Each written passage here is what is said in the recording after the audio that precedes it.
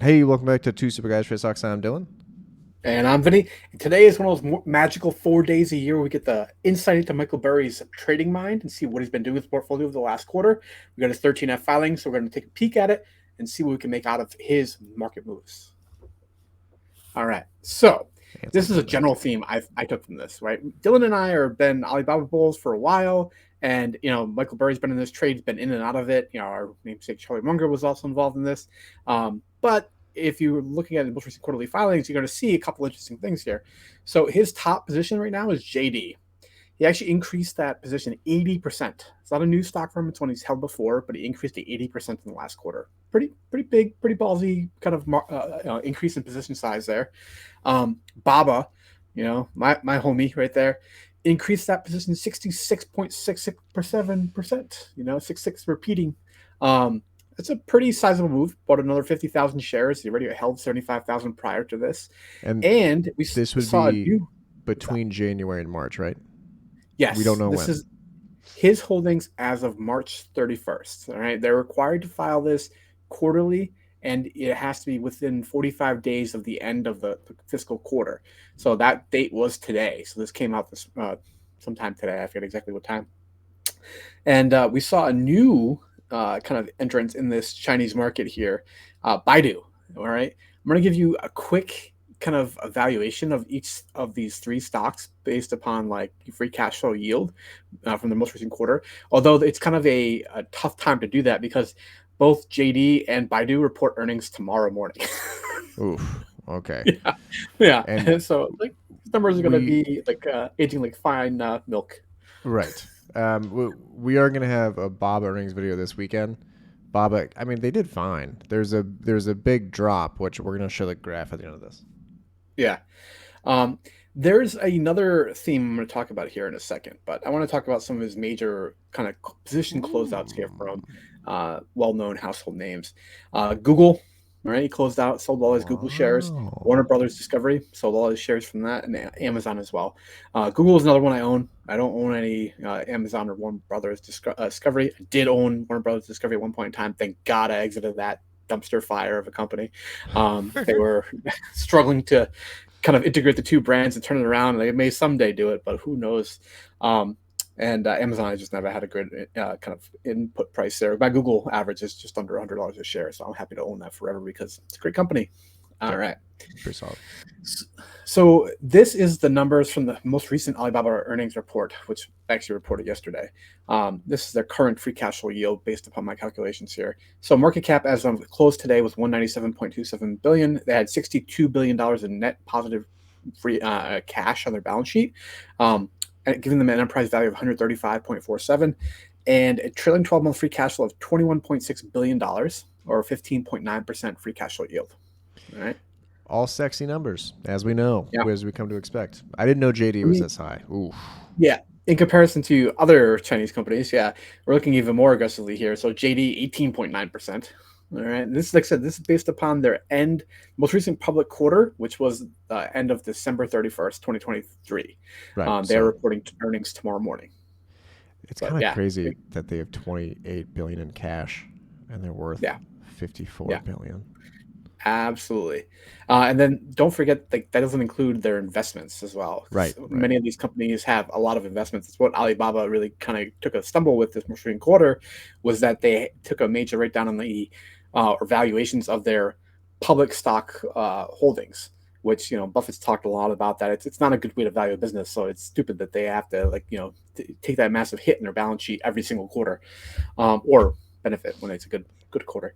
But this is Baidu, 29.8%. Even So more ridiculous. I don't fall. I don't.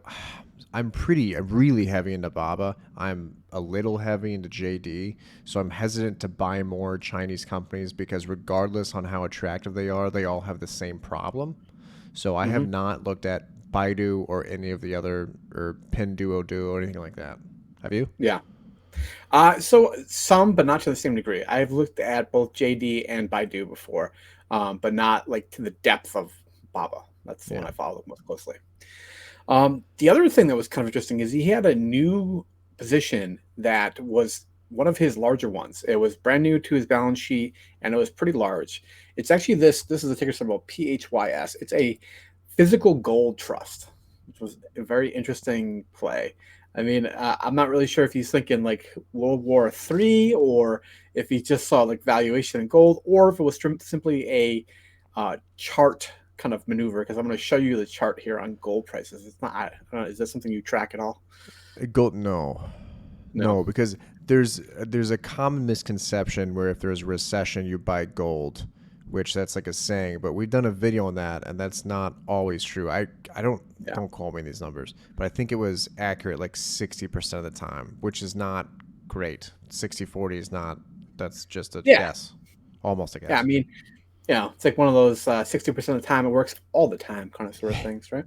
Um, but I was the chart here is kind of interesting where it was coming up against this level of resistance and then kind of breaking out. So I'm not really sure if that was more his play. I'm going to show you on a shorter time horizon. This is like max for Kitco for their gold ETF. So it's not exactly, it's pretty zoomed out. But if you look at a more kind of zoomed in version, this is a 1 year chart. So his disclosure was, dated March 31st, which is right about here on this chart.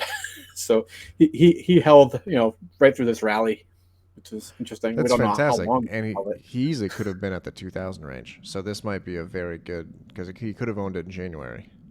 Yeah.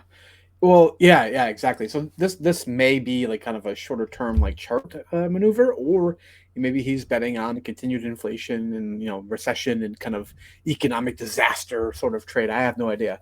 This is the only thing he saw in his portfolio as far as a specific kind of a new asset class, or whatever he was adding, which I thought was interesting.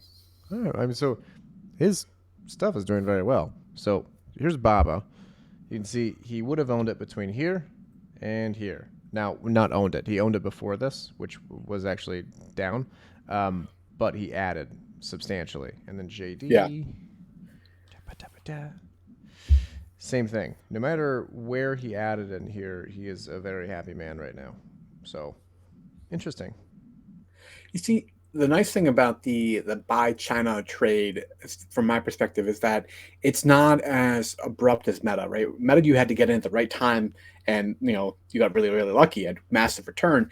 With China, it's been on a downward slide for so long, and now we've been like flat on this lower edge of the kind of trading window, I guess you could say, for so long that it's given us a lot of opportunity to continue to buy and accumulate shares in some of these seemingly cheap Chinese companies. Oh, believe me, Vinny, there's been ample opportunity to buy Baba at these levels. I'm pretty sure, and I could be wrong here, I think Baba has been this price for 15 years.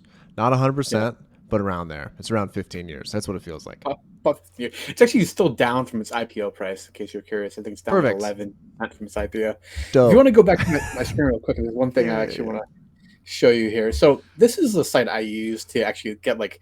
So I look at the 13F filing that gets filed with the SEC. That's faster, but eventually it comes over to Well Wisdom and some of these other aggregators. But the nice thing about this is it lays it out much better. It allows you to see how many shares were purchased and that sort of thing, rather than just having to look at the number and then compare the two lists side by side. Because that's all the SEC gives you is a list of what they own and how many. They don't tell you anything more than that. But it's a couple other things I want to highlight here. So Citigroup still buying more. HCA is a healthcare like trust. It's another kind of valuation, I guess, sort of play there.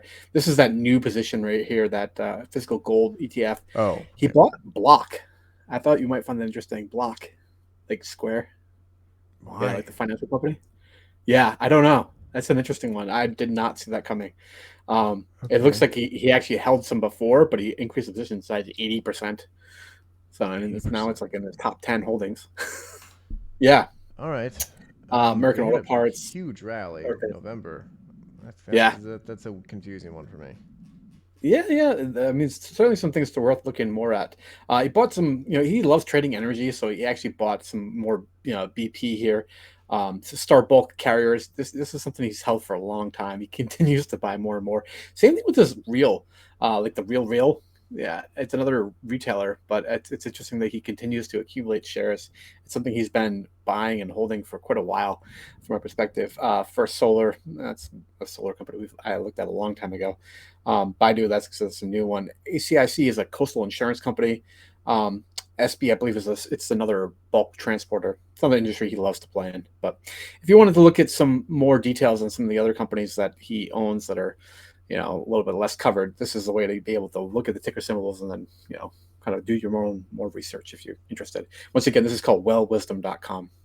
Can you scroll down for me? Does that say Yeah. DKNG as in DraftKings? Yeah. No, Oh, booking.com. thank God. I was like, if this guy Yeah. owned, I was about to lose respect. Okay. I was like, that's a No. bad call. All right. Yeah. That Well, makes more you never sense. know. The mind All of right. Burry. All Listen, right, what you guys guys. think? Catch you the next one. It's late.